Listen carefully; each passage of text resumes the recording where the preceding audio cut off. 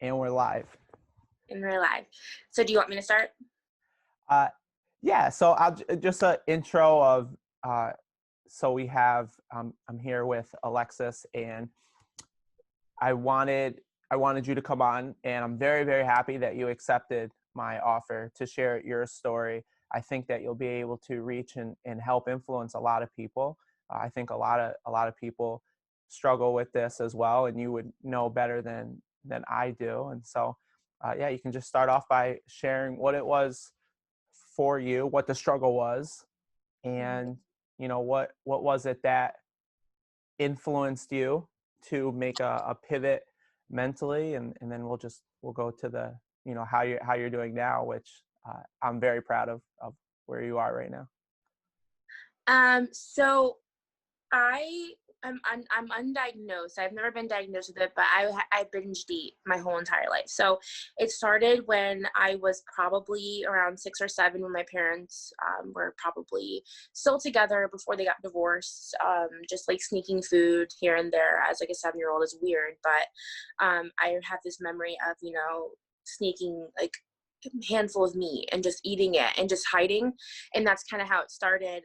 I've learned some behavior that I learned that, you know, eating made me feel better. So I didn't realize it, but at the time, all the stress from my parents' marriage and the fighting and, my relationship with my father kind of stemmed from me eating. And so as I got older, I always struggled with my weight. My weight was always something, a huge topic, and I was always treated differently on diets. Being on a diet in 6th grade is probably not an ideal for, a 6th grader. I always felt different. I always felt like I was like I was just, I don't know how to describe it. Like I just felt like I wasn't normal. So my whole life, I knew that I was overweight. I knew that I was chubby, but I was in 6th grade, and then I was in 7th grade, and then I was in 8th grade, and I was all whatever. And then when you get past the 300-pound mark, like I did when I was, I think, a freshman in high school, it got really hard because certain activities you couldn't do, certain things that like I didn't feel comfortable doing. And I knew that my weight was a huge barrier on my life. But, and then you have the added family stressors, my relationship with my father kind of triggered my depth into more relying on food a lot, because when I was in high school, I was diagnosed with depression. And a lot of the stuff from my father's triggered my kind of mental collapse in 10th grade. So when all that stuff was happening, I didn't know what was going on. I didn't know how to control it. And the only thing I had was food. So constantly in my life, people would leave me. People would reject me, mostly at the time, my father. And it was really hard for me. So the only thing I really had was food. And so I took my relationship with food and I turned it into this like everlasting relationship where I thought that this is all I had. Like in reality, like I could lose my friends, I could lose my family, I could lose everybody, but I had my food. I had whatever food topic you want to think of, like every food category I had, because I had control over that. And I think it came down to, the way it made me feel, because everyone else in my life wasn't making me feel good. Food made me feel good. And then also, it came down to control. I couldn't control if my dad was going to talk to me or not talk to me for a year or whatever, but I can control what I ate. And I think it came down to a lot of control and a lot down to how I felt about food. So like my relationship with food became really unhealthy. And also like my family, like when I was sad, when your family says, oh, you're having a bad day, here, I'll make you cookies, I'll give you, I think I started saying, oh, well, when I'm sad, I'll eat. And I think a lot of people do that when they're sad. They just want like, a bowl of ice cream, or they went through a really bad breakup. They like chug a whole bottle of wine. Really unhealthy things people do when they're sad. So with that and, my relationship with my family members not really being healthy, I kind of established this really toxic relationship with food where I, to the point where I would just, eat like so many meals a day. Um, like my mom went to bed, and of course she tried to stop me from eating and constant like monitoring me. But parents go to bed, you go downstairs, you eat what you want, you eat large quantities. And funny enough, my brother Jordan, he had ADHD, so he got hungry around the same time I wanted to eat again. So we would always meet each other in the kitchen. But because he was totally different than I was. But going into high school, I still wasn't controlling my emotions. I still wasn't doing well with that. I still would have mental breakdowns. And with my depression, I was on medication, constantly different medication. And, my relationship with my father was constantly like up and down, and it didn't really help me with my depression and my relationship with food. And so when I went to college, I think it got worse because I didn't have people there monitoring me. So I kind of bought whatever I wanted to eat, whatever I wanted. And in college, I was probably 320 when I first went to, I think, like early 300s. And then throughout college, I was really depressed. I mean, I'm always going to struggle with my depression.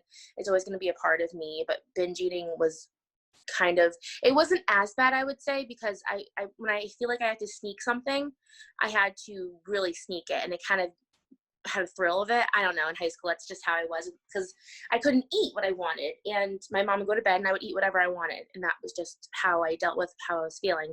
But in college, I kind of just ate whatever I wanted, and I just ate so much food, and it was horrible.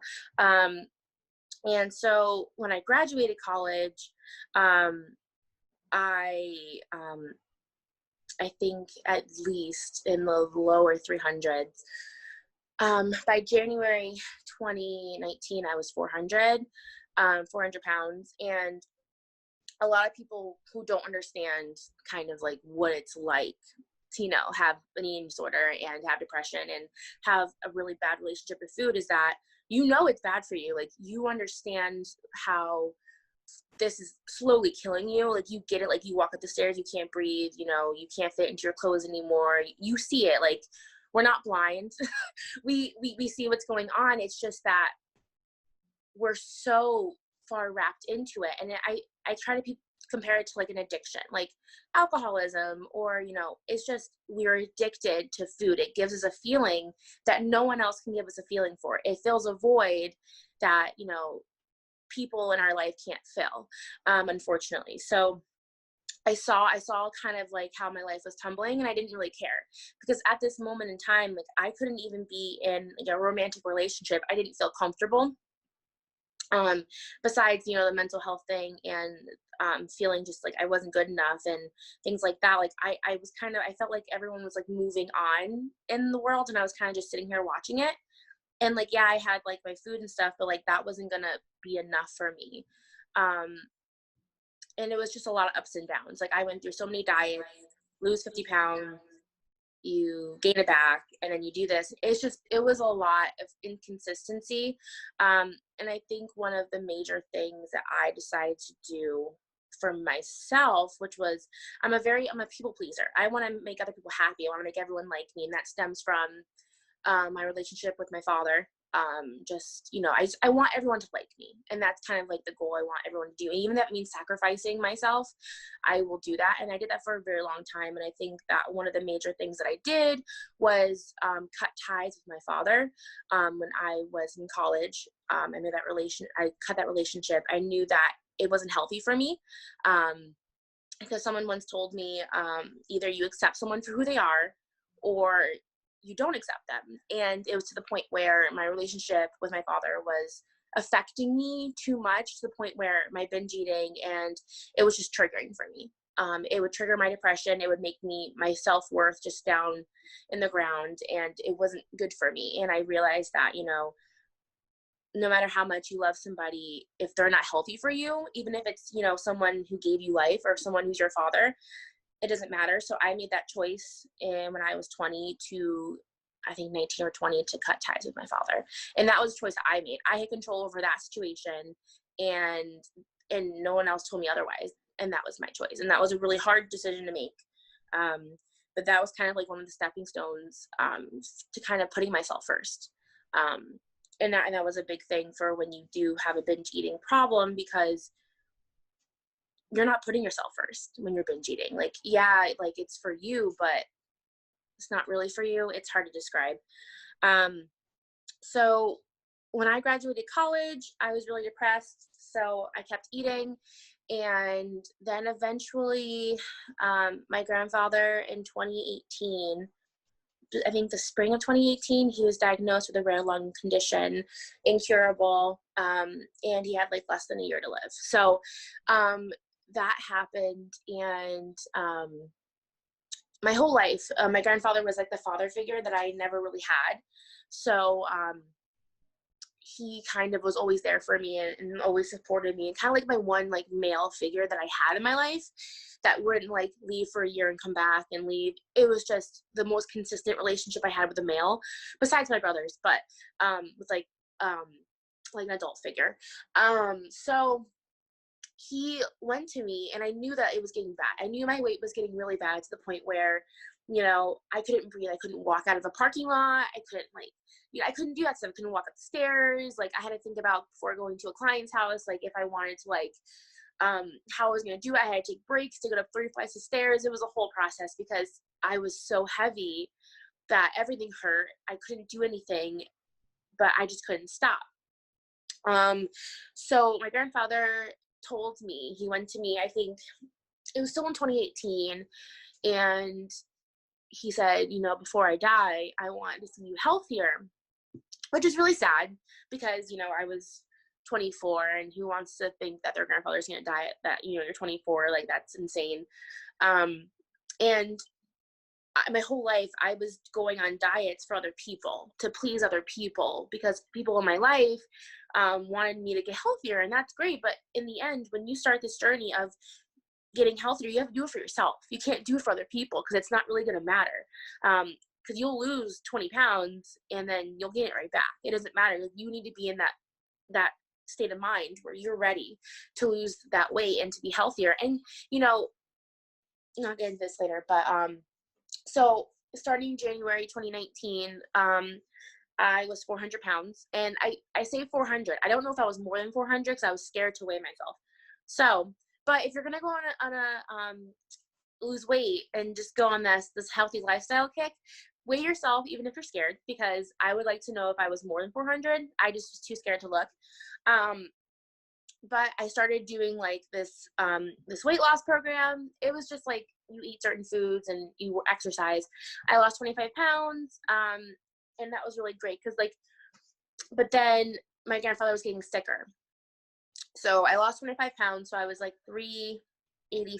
That's all, 375. And so my grandfather started getting sicker, and I was in and out of my healthy lifestyle, and then he passed away in April. So that kind of triggered me. Like I said, a huge trigger. I've never lost somebody that important to me before. So that triggered me into a downward spiral of going back to what I was. So I gained about 10 more pounds in between all of that.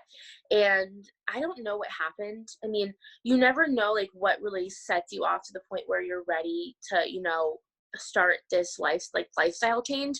And I call it lifestyle change. I don't call it a diet, because diets are made for like a 30-day period where you're trying to fit into your wedding dress or whatever. I wanted a healthy lifestyle. And of course, no one's perfect. You're never going to be 100% perfect when it comes to eating. It's not realistic. Like, especially if you have families that have huge barbecues or whatever, and you're going to be like bombarded with carbs the rest of your life. It's just not how it works. But I just wanted to change the way I ate. And I saw my grandfather die, and I saw him for the last time, and it made me think, like, life is so short. Like, life is so incredibly short that I didn't want to wake up one day or not wake up one day and not experience things just because of my weight. And I had my cat. So I was lacking in, my relationships. I was, not doing things because of my weight. I wasn't really living my life fully because of what was going on. And also I had health issues. I was pre-diabetic. on the verge of being diabetic. Had thyroid disease.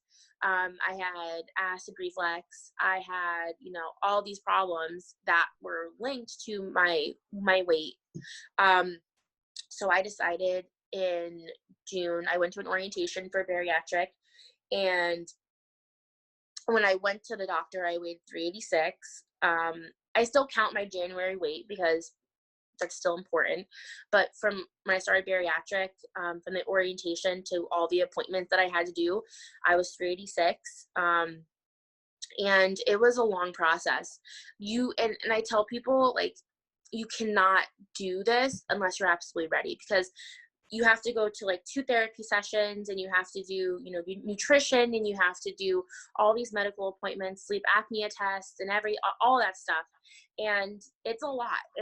And, I'm sure a lot of people kind of realize that it's too much for them and kind of stop in the middle of it. But I kind of, between July in August, I did all of my appointments. And if you've done bariatric before, it's about 15 appointments. Like, you have so many appointments, and luckily my job was flexible, where I could, work later at night and just kind of go to my medical appointments. But by September, I planned my surgery. I scheduled my surgery. My surgery was October 1st. On the date of my surgery, I was 350. And it was hard. Surgery was really hard. The surgery wasn't hard, but like recovering from surgery is hard. When you go from eating, and of course they prep you before surgery where you can only eat certain things, and on a water liquid diet for most of the day, and you have one meal. It all depends on where you go for your bariatric surgery, because every organization and every agency is different with how they do it and their rules.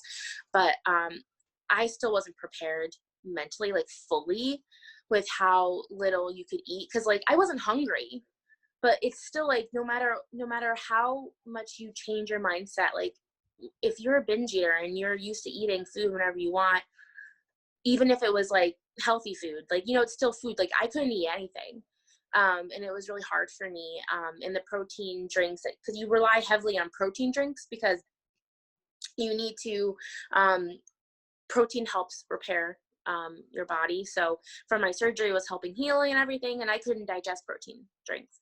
So it was really hard for me, and I struggled a lot mentally and physically with my surgery. I was probably out of work for about 2-3 weeks, and I started going to the gym a lot. And for people who rely heavily on eating for that comfort, I try to stay as busy as possible, which is why this quarantine is really difficult for me mentally, because I try to stay out of the house as much as I possibly could.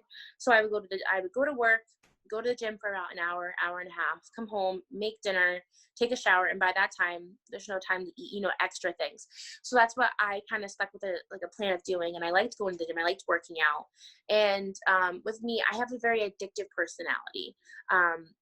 And so I got really into the gym. I got really into weighing myself. I got really into, just being healthy, which was kind of not healthy in a sense too, because I was going from one extreme of binge eating, my whole life, just being emotionally unstable, and then to just constantly being at the gym, constantly weighing myself, constantly, crying if the scale didn't change.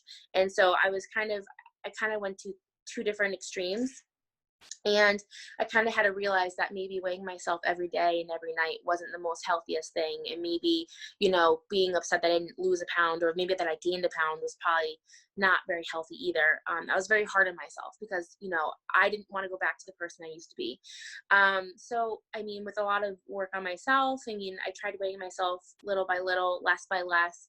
And now, because of the quarantine, at this moment, I weigh 350. Oh my God, don't worry that.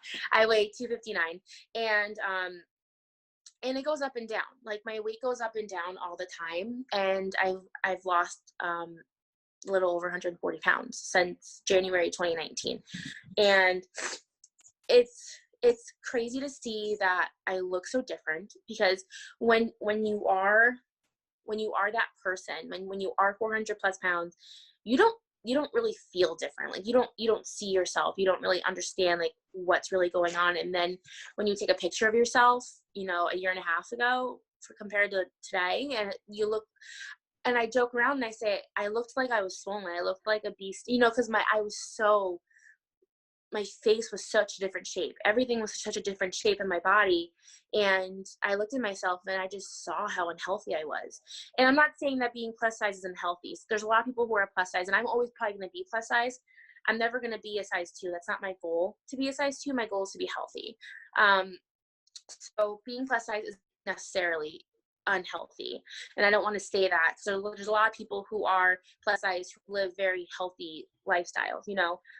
But the way I was with my pre-diabetic and my thyroid and my acid reflux and my depression, I could just see how unhealthy I was. And everyone's situation is different with how they handle their own personal struggles. But I could tell how badly I was doing in the pictures I saw. And I'm really happy that I documented it, because it can be pretty like hard to document it when you're first going into it, because you think this is just like, in my head, I would say, oh, I'm disgusting. Like, this is horrible. Like, why am I doing this? Because I'm not really going to succeed, because my whole life I've done all these diets and I've never been able to follow through with it. But I took pictures, and I have pictures of myself, in January 2019, right after my birthday, 400 plus pounds. And I'm really glad I have those pictures, because now when I take a picture now and I compare it to that picture, it makes me feel so much better, because it makes me feel like those days when you had a cookie or you eat really bad and you're like, well, what's the point? And you look at that picture of yourself and you compare it to now, it's like, wow, like you've lost like a whole person. Like, I've lost like a weight of like one of my friends. You know what I'm saying? So it's like, it's crazy to think that like I was able to do it. And but it's not just like, oh, I lost 140 pounds and now I'm done. Like, I have a goal of, I want to lose at least, 50 more pounds and then have skin removal surgery, because when you go from 400 pounds to 250, even 250 or whatever, I need to have skin removal surgery, because that's a lot. I don't know if I went from 400 plus pounds, and I have pictures where I was severely large to now I'm like in the middle of like my journey, not middle, but I'm kind of like 2/3. Um, and so there's more steps to take with it. And right now in quarantine, I'm struggling. Just like a lot. I'm sure a lot of people are right now with binge eating and their depression, and with just weight loss and just healthy living. It's just really hard right now. But I'm just really looking forward to when eventually we can go back to the gym and I can start doing things and kind of go back to my normal. But you know, that's kind of like my journey with it. There's more to it. I could probably, but now I sit here and like I do make some bad choices still. I'm not perfect. I don't want anyone to think that like the reason I lost 140 pounds is because I'm perfect and I eat chicken and vegetables every day and drink gallons of water. That's not what happened. So, I have mess up days and I have, good days and bad days. And it just is what it is, and I have to accept it. And I can't be perfect, because if I give myself this high expectation of myself, I'm gonna drop. And that's kind of what happened throughout my life when I went on these diets. If I had one cookie, I would kind of just like deteriorate and just go back to what I was before. So that's kind of my idea on just giving myself some leeway and respecting myself and loving myself, even on my hard days. Yeah, that was great. Thank you so much. Uh, you answered a lot of questions I would have asked. I'm so proud of you and so grateful that you shared that. A couple questions that I do still have is, as far as your, let's say, your paradigm shift or your mental, the influence. Hmm. You talked about your grandfather passing, and you Hmm. started thinking about your life. Would you say that it was the thought of your life and what it meant for you? Like you said, you can't do it for anyone else. Yeah. And would you say it's the first time that you've actually maybe deeply thought about what life was for you? Would Yeah. And I was scared. I was scared because I'm like, I'm gonna. Well, at the time I was 24. was I 24? Yeah. At the time I was 24, and my grandfather just died, and I'm like, I'm 24 and I have so many more things I want to do in my life. And here I am slowly killing myself. I can't breathe. I can barely, I can't fit in the chairs. I can't do anything like that. And I'm not gonna be able to do anything. Like, I want to go travel, but I'm afraid to go on a plane. I want to be in a relationship, but I have, I'm very insecure about myself, and I was unable to, you know, be with somebody and fully be myself. And I really wanted to give myself a full chance, because you never know what's going to happen. I have friends who lost people who were 19 from brain aneurysms. You never know, like, what's going to happen. And I want to live my life knowing that I tried my best to be the best version of myself that I can be, if anything ever happened to me. And that really scared me, that my grandfather, you know he passed away, and you never think that it's going to happen to you.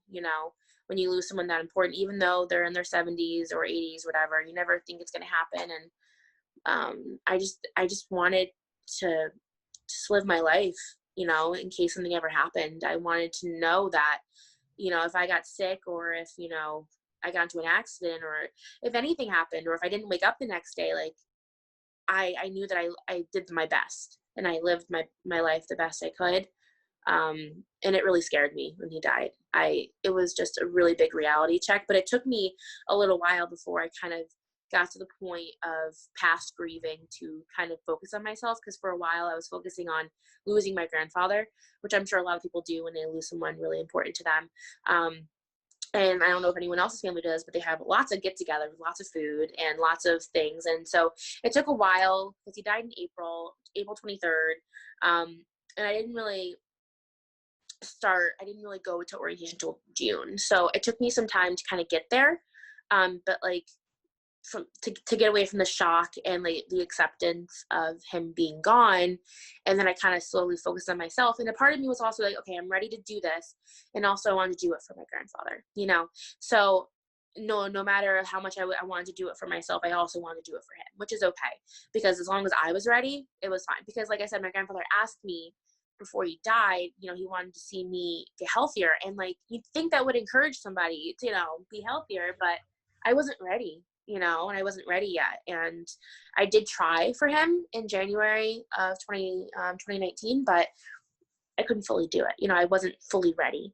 And I don't think anyone's fully ready, especially when you're 400 plus pounds. I don't think anyone's fully ready, because no matter how much I can tell you what the experience is, you're never going to fully be ready for what you're going to go through. So.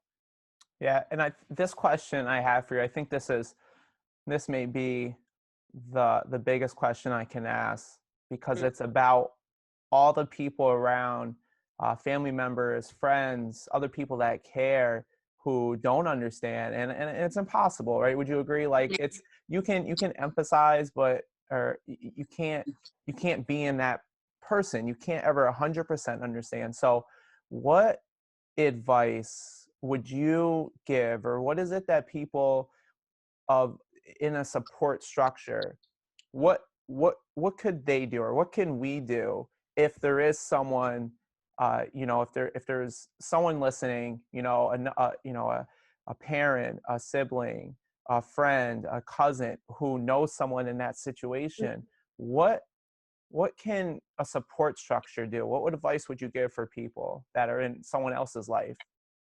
Um, what I would say is, it depends on the person, like their age or whatever. So what I found was really important in like high school or college, like when you're living at home, is if parents are worried about their child, and you're expressing concern, don't buy things that that they're going to eat. Try filling your house with healthy foods. Do it with them. Be consistent with them. Exercise with them. Show that you want to do it with them.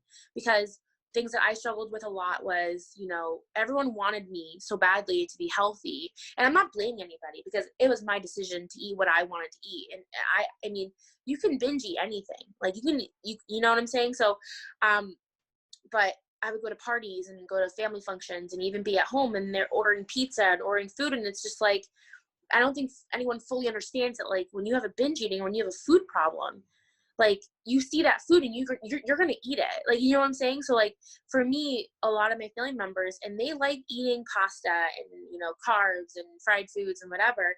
And it was really hard for me, because like, also my brother, Jordan, he ate whatever he wanted. So my mom had to buy things for him too.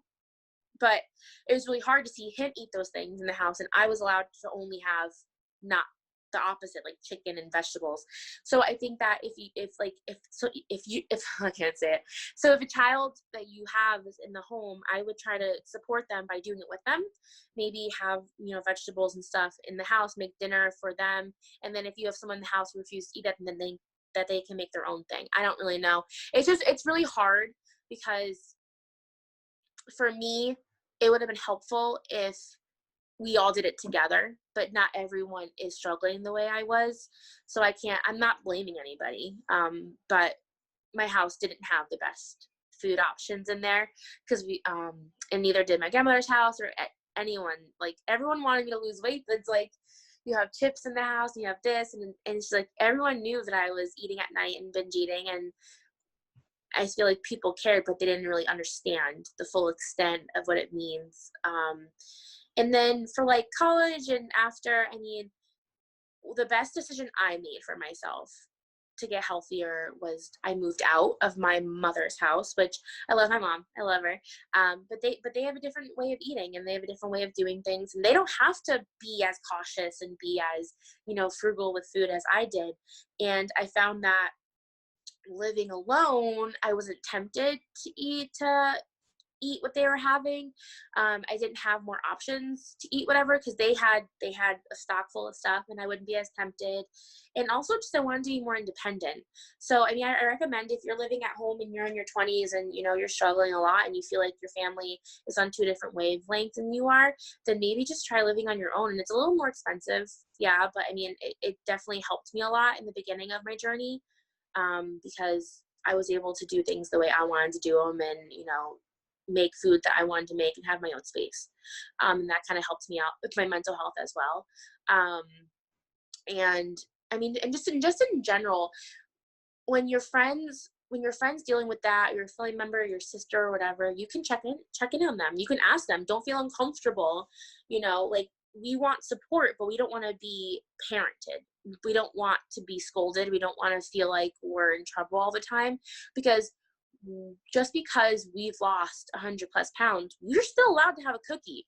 We're still allowed to have a scoop of ice cream. We're still allowed to, have a little munch or whatever. Like, if we want some pasta, like, we've worked our butt off. And I know that, like, you don't want us to, like, go back to what we used to be, but, like, we're human, and we cannot just eat vegetables and chicken and meat for the rest of our lives. And I know that a lot of people get scared. Like, my family gets very scared when they see me eat, like, a tiny piece of cake or anything like that. They get terrified.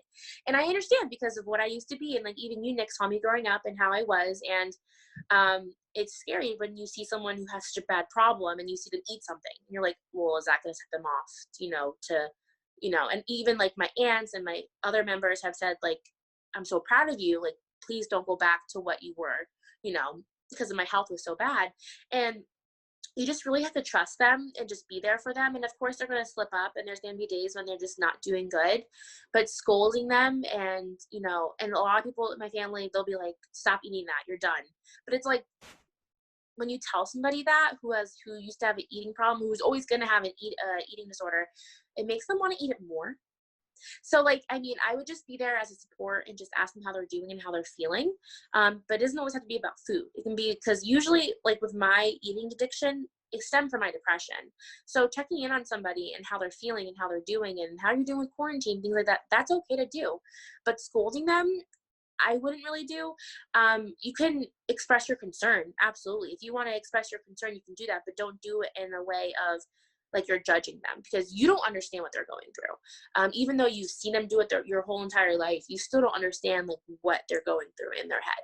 So, just from my experience, try to be there for them. And if you're that concerned, do it with them.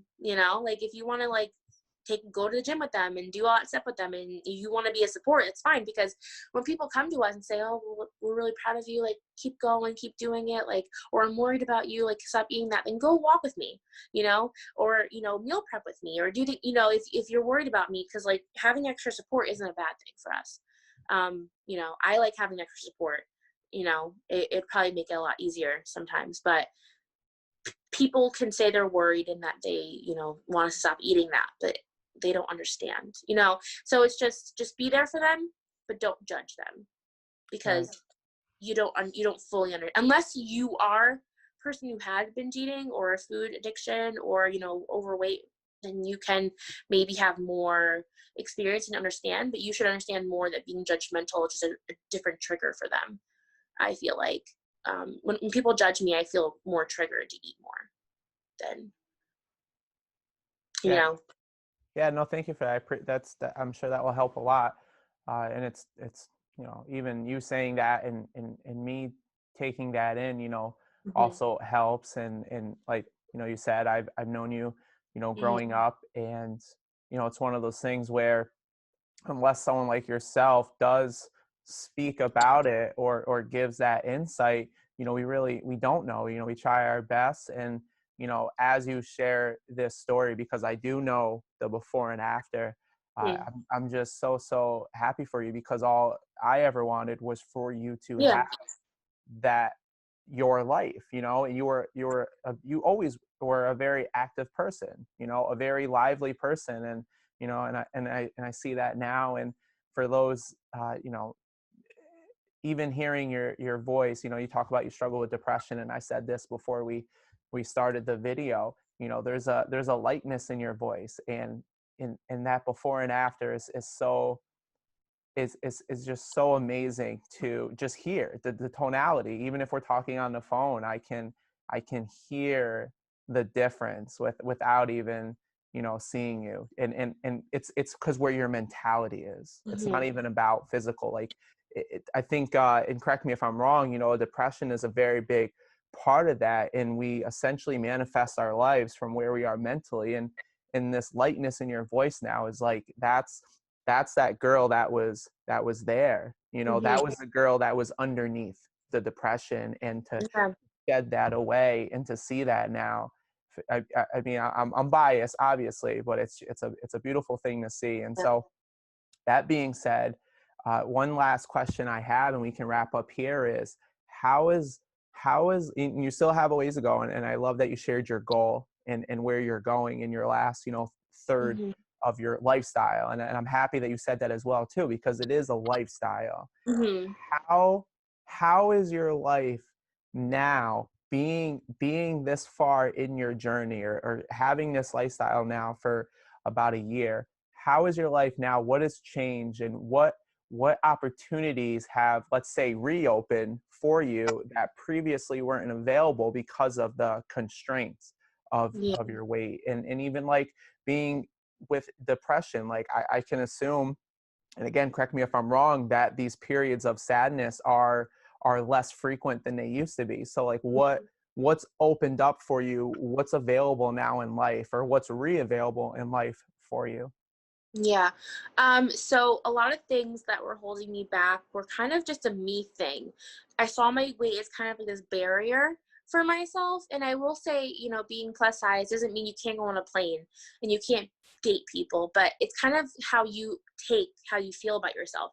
So I never wanted to go on the plane because heights, and also because I knew I couldn't fit in a plane.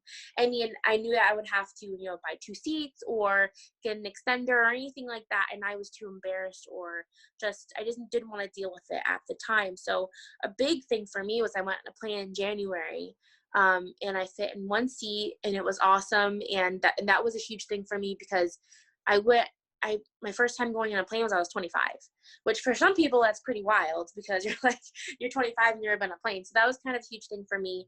Um, and also just being able to walk. I can go to the store, I can walk around, I don't sweat. Before I would sweat a lot, I would have a hard time breathing. I'm not as hot anymore. I love it. It's the small things you don't realize about yourself that you kind of couldn't do before. Just even driving, it's every little thing that you had a hard time doing. Washing the dishes, you have such an easier time doing it, and it's just hard to explain. I can go through every little thing and I can tell you every little thing I've noticed, but it's just a different feeling, and like it's just how you feel when you're doing the same routine things you've always done, but now you just feel lighter and different, and you can do things, and you can climb the stairs in a second without having to take breaks, and you can do all these things.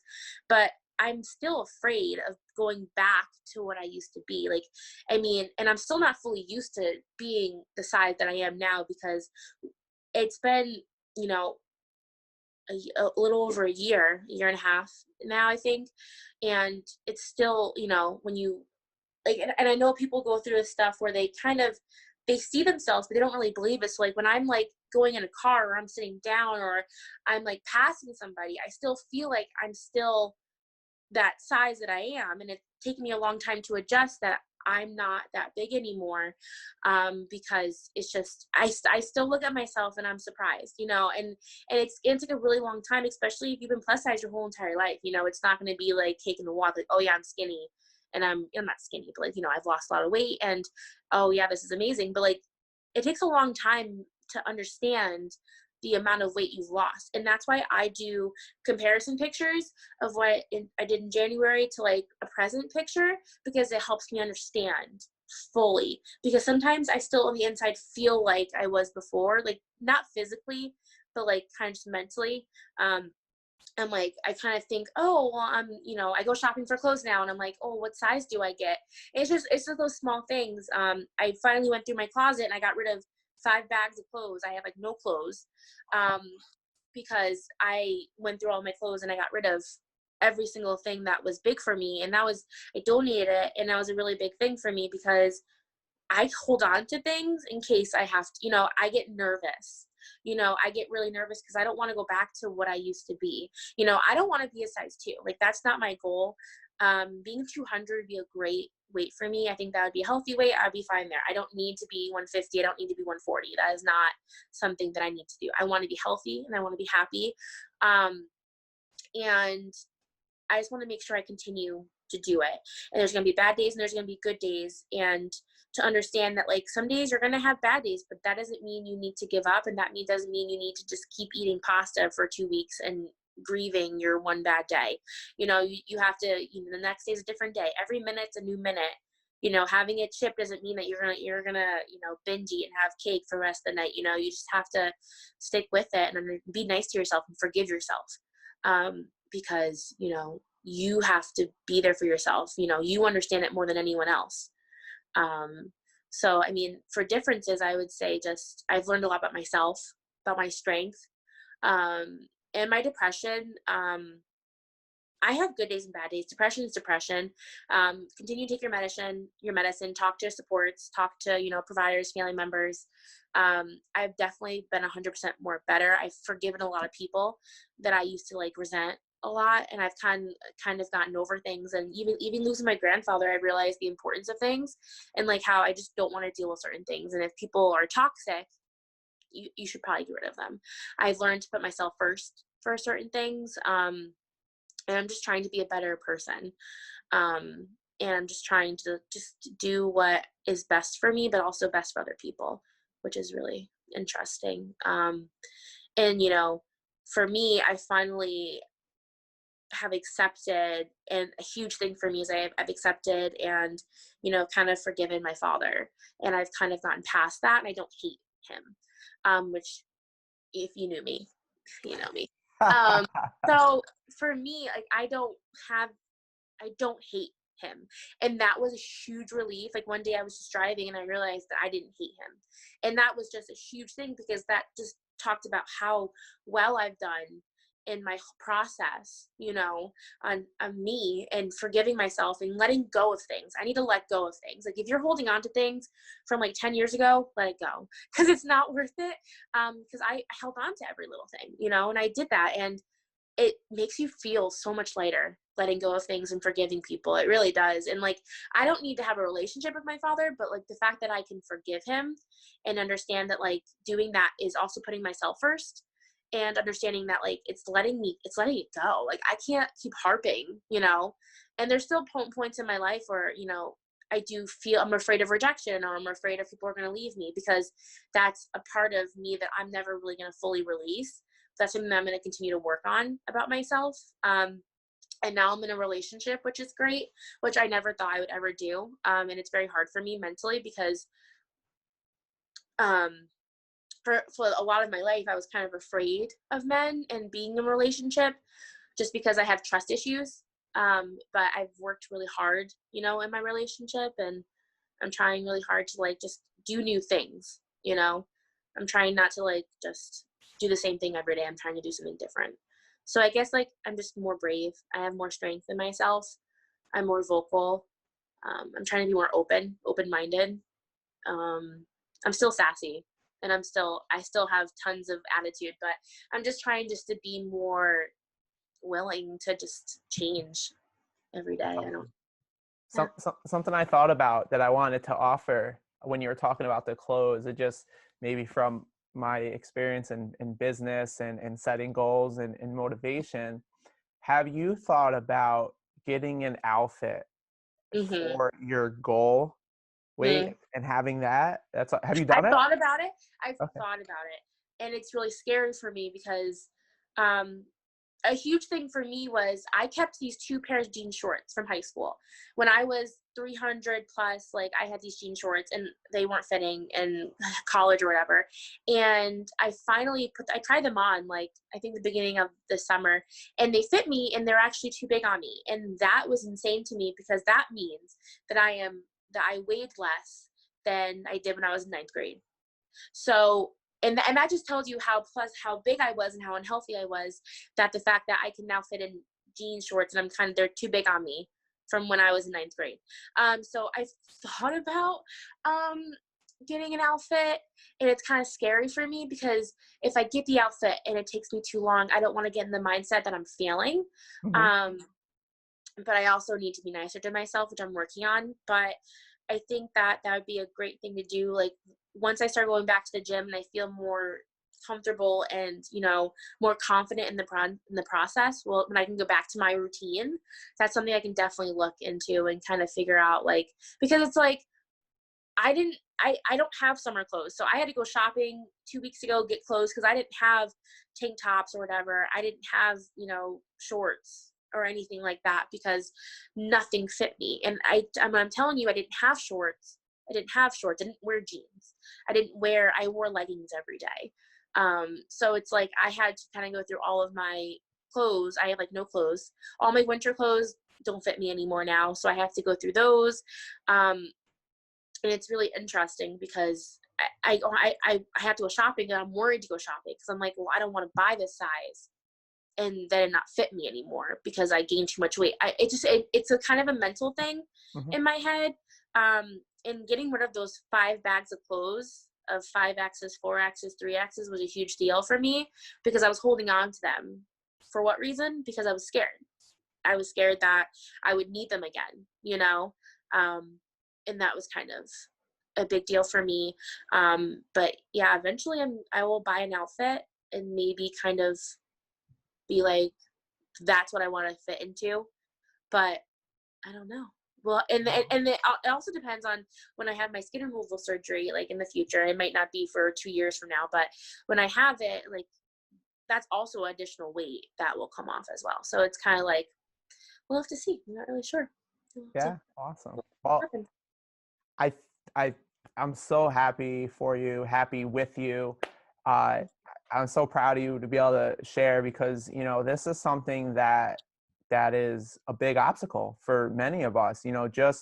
Just being vulnerable and sharing these kind of stories, and it's ironic because everyone more or less is going through something or has gone through something at some point in their Yeah. life, and there's this barrier we have to share that with the world.